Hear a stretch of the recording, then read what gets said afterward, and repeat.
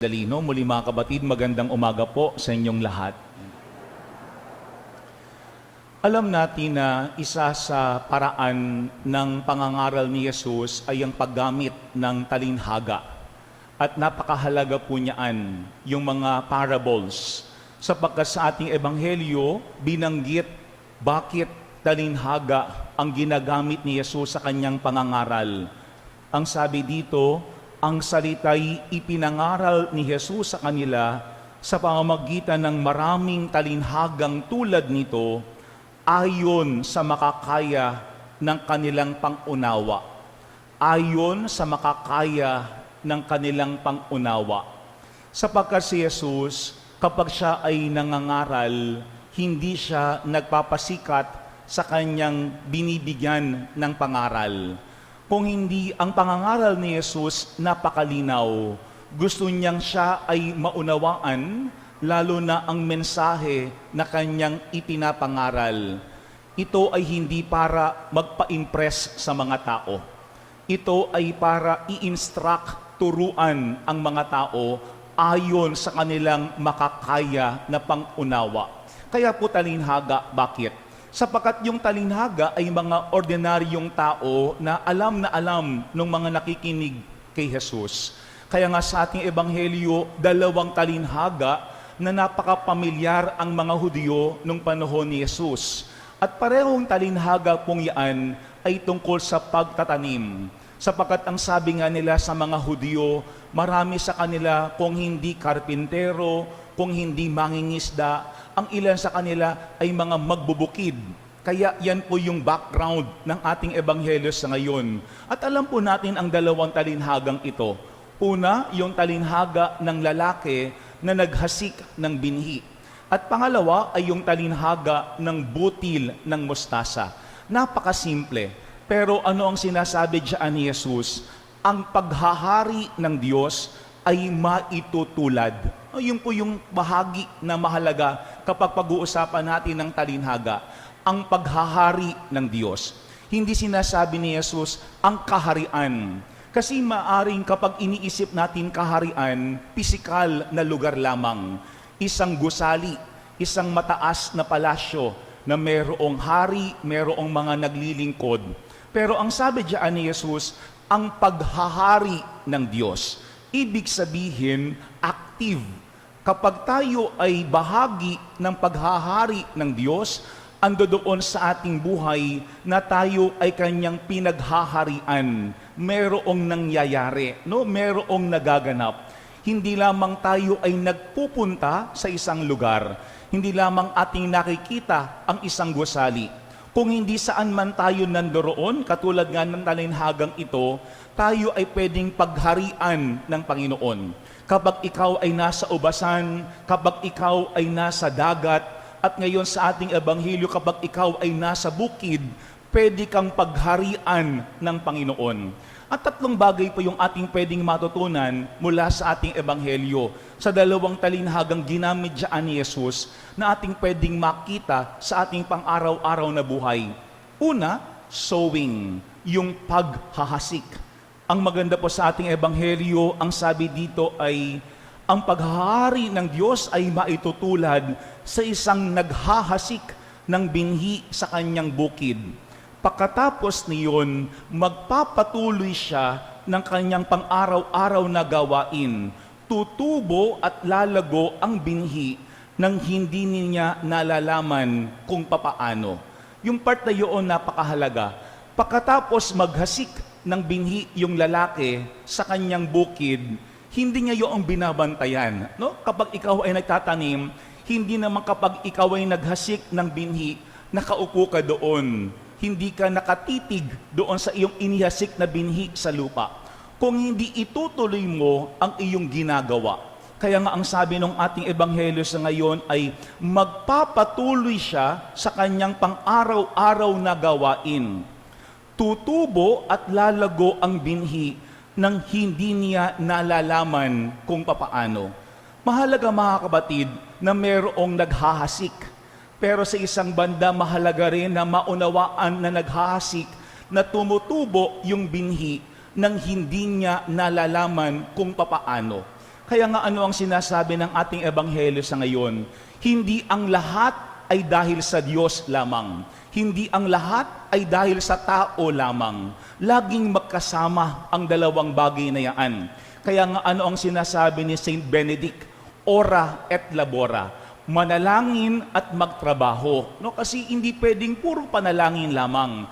Hindi pwedeng puro asa lamang sa Panginoon.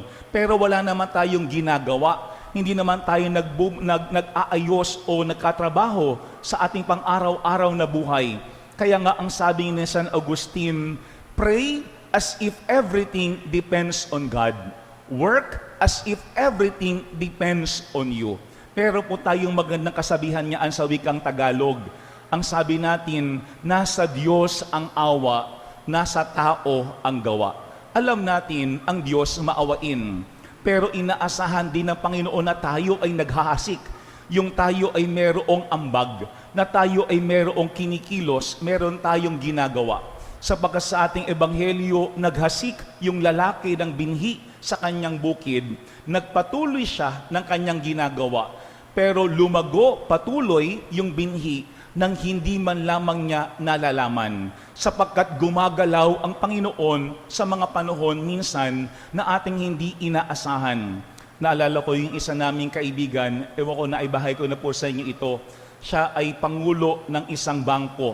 Siya ay pumanaw, ilang taon na ang nakalipas. No? Siya ay napakabuting tao. Pero ang sabi niya sa akin, alam mo Father, araw-araw talagang ako po ay nagsisimba. At kinakat niya yung kanyang meeting kapag oras na ng misa. Sabi niya, hindi man po ako makapagsimba ng tanghali kung mayroong luncheon meeting. Sa hapon, bago po ako umuwi ng bahay, ako po'y dadaan sa simbahan para magsimba. Pero bukod po sa misa, ano ang ginagawa ni Kuya Abet? 1 hour every day, siya ay nagpupunta, bumababad sa Adoration Chapel. No? Alam niyo, narinig ko ito, ako'y humanga talaga. Ang sabi ko, itong taong ito napakayaman, itong taong ito napakasikat, itong taong ito napakataas ng kanyang posisyon sa isang bangko. Pero sa isang banda, hindi siya nakakalimot na tumanaw ng utang na loob sa Panginoon. Di ko mga kabatid, yan ang unang paalaala, bakit lahat tayo ay nandirito tuwing araw ng linggo. Buong linggo, tayo ay nagbabanat ng buto. Tayo ay naghahanap buhay para sa ating pamilya. Pero alam natin na ang Diyos tumutulong sa atin. Ang Diyos ang nagiging dahilan at daan para tumubo anumang binhi ang ating nahasik sa ating pamilya o sa ating kapwa. Minsan, akala natin walang nangyayari. Pero ano ang sinasabi ng ating ebanghelyo sa ngayon? Baka akala lang natin. Pero wag natin ding aagawin yung credit sa Panginoon. Sapagkat ang ginagawa lang natin, naghahasik. Sana wag nating maramdaman yung pressure. Kailangan may tumubo. Kailangan maging maayos. Kailangan maging matagumpay yung aming ginagawang paghahasik. Sapagkat ang inaasahan ng Panginoon sa atin, maghasik lamang. Pero ang Panginoon ay tutulong para tumubo anumang binhi yung ating hinahasik sa ating pamilya o sa ating kapwa. Pareho yaan. Mutual yan. Nasa Diyos ang awa, pero nasa tao ang gawa. Una, sowing, paghahasik. Pangalawa, sa ating ebanghelyo, ang pinapakita diyan, growing, yung paglago. Sapagkat ang sabi diyan ni Jesus, ang lupa'y siyang nagpapasibol at nagpapabunga sa mga pananim. Usbong muna sa kauhay na pagkatapos ay mahihitik sa mga butil. Pagkahinog ng mga butil, agad itong ipagagapas sapagkat dapat ng anihin. Pero lahat naman tayo mga kabatid, nag-intay. Kaya nga maganda po yung simbolo ng pagkatanim. Sapagkat hindi agad-agad tutubo yan. Hindi agad-agad magkakabunga yan. O hindi agad-agad magkakaroon yan ng produkto. Pero ano ang sinasabi diyan? Merong proseso. No? Merong proseso. Minsan, diyan tayo nagkakaroon ng problema. Gusto natin mag-jump sa proseso. Panginoon, pwede bang hindi na dumaan sa mga bagay na yan? Pwede bang hindi na magkauhay? Pwede gapas kaagad? Hindi. Ano ang sinasabi diyan ni Jesus? Merong proseso na kailangan nating respetuhin. Kasi yung prosesong yun, dun din tayo natututo at lumalago sa ating buhay. Minsan tayo kasi ay nagmamadali. No? Gusto natin agad-agad maayos na, agad-agad magaling na, agad-agad wala ng problema. Pero ang maganda ating pong tingnan sa ating ebanghelyo na habang tayo ba ay nag-iintay while we are waiting, ang mahalaga ano bang ugali yung nahuhubog sa atin. No? Sapagkat along the way, dapat lumalago din tayo habang tayo ay nag-iintay. Kaya nga ang sabi nga nila, yung pagtunganga, hindi pagiging pasensyoso yun. Ang pag-iintay sa tamang panahon ayon sa Diyos, yun ang totoong pagiging pasensyoso. Sapagkat alam natin na merong timing ang Panginoon na marahil ay hindi katulad ng ating timing o ng ating inaasahan. Pero ito po yung pangalawang paanyaya ng ating ebanghelyo, growing, paglago. Sapagkat merong proseso na tayong lahat ay dadaanan para tayo ay lumalago araw-araw sa ating buhay. Minsan kasi tayo ay mainipin, kaya we want to skip the process. Pero kapag ating in-skip yung process na yun, dun din tayo magkakaroon ng problema. Dati naalala ko sa aming pong seminaryo, titignan kung meron kang mga issue sa iyong buhay na hindi mo hinarap. Kasi kapag hindi mo hinarap, yung mga issue yaan at ito iyong in-skip, kailangan mong balikan. Bakit? Kasi iyon mismo ang iyong magiging issue pagdating ng panahon. Kailangan mong balikan ang mga bagay na iyon. Tingin ko yan po yung pangalawang paalaala sa atin, yung paglago process. Sapagkat dapat tayo ay hindi naiinip at habang ating pinagdadaanan yung proseso na ibinibigay ng Panginoon sa atin, dun din natin dapat makita yung ating paglago bilang mga tao. Hindi namang lahat ng ating panalangin agad-agad pinapakinggan ng Panginoon. Pero habang tayo ay nag-iintay kung ano man ang ibibigay ng Panginoon, ang mahalaga sa prosesong ng pag-iintay, tayo ay lumalago bilang mga tao. Pangalawa, growing, paglago. Pero pangatlo po at panghuli is producing, yung pamumunga. Sapagkat sa ating ebanghelyo, nung binanggit ni Jesus ang talinhaga ng butil ng mustasa, ano ang sabi dito? Na ang kaharian ng Diyos ay katulad ng butil ng mustasa na siyang pinakamaliit sa lahat ng binhi. Kapag natanim na at lumago, ito'y nagiging pinakamalaki sa lahat ng puno ng gulay.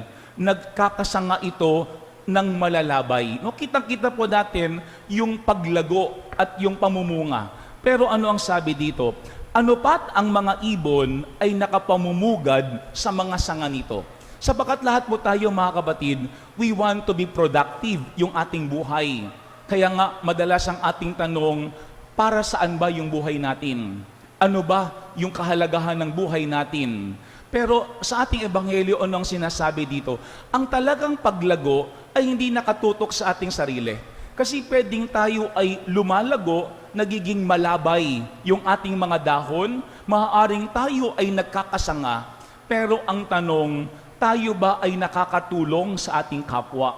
Tayo ba ay pinamumugaran ng ibon? No? Kasi maaaring pakiramdam natin, tayo ay nagiging productive yung ating buhay, pero paloob, pasarili. Sa ating ebanghelyo, anong sinasabi diyan?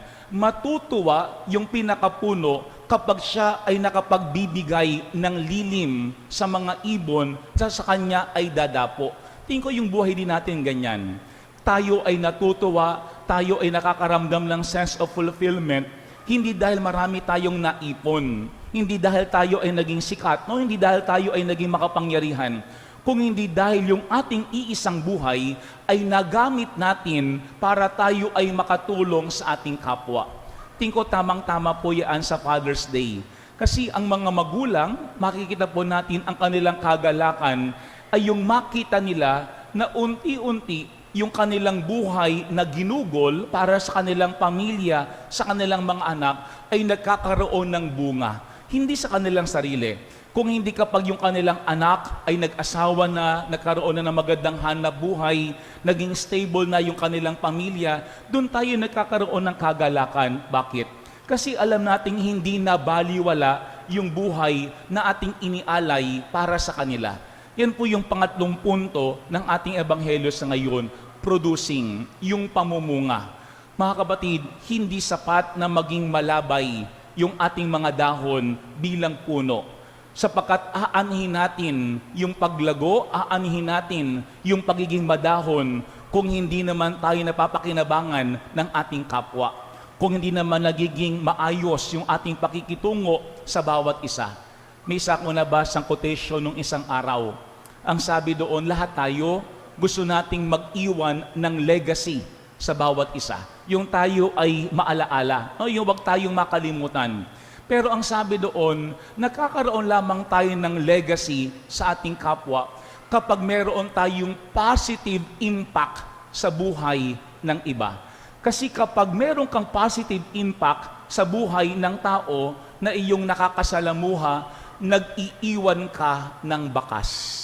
Nag-iiwan ka ng bakas. Siguro mga kapatid, magandang paalaala yan sa atin. Ano bang bakas yung ating iiwan sa ating pamilya? Ano bang bakas yung ating iiwan sa ating kapwa?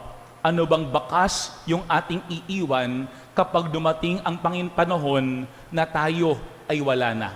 Tatlong bagay po yung paanyaya ng ating talinhaga ngayon. Una, yung sowing, paghahasik.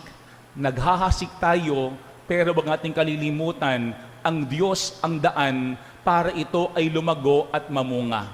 Pangalawa, growing, yung paglago.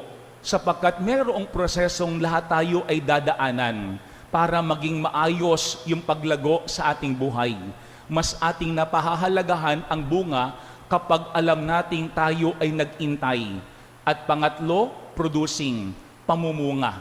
Mabunga lamang ang ating buhay kapag ginagamit at napapakinabangan ng iba.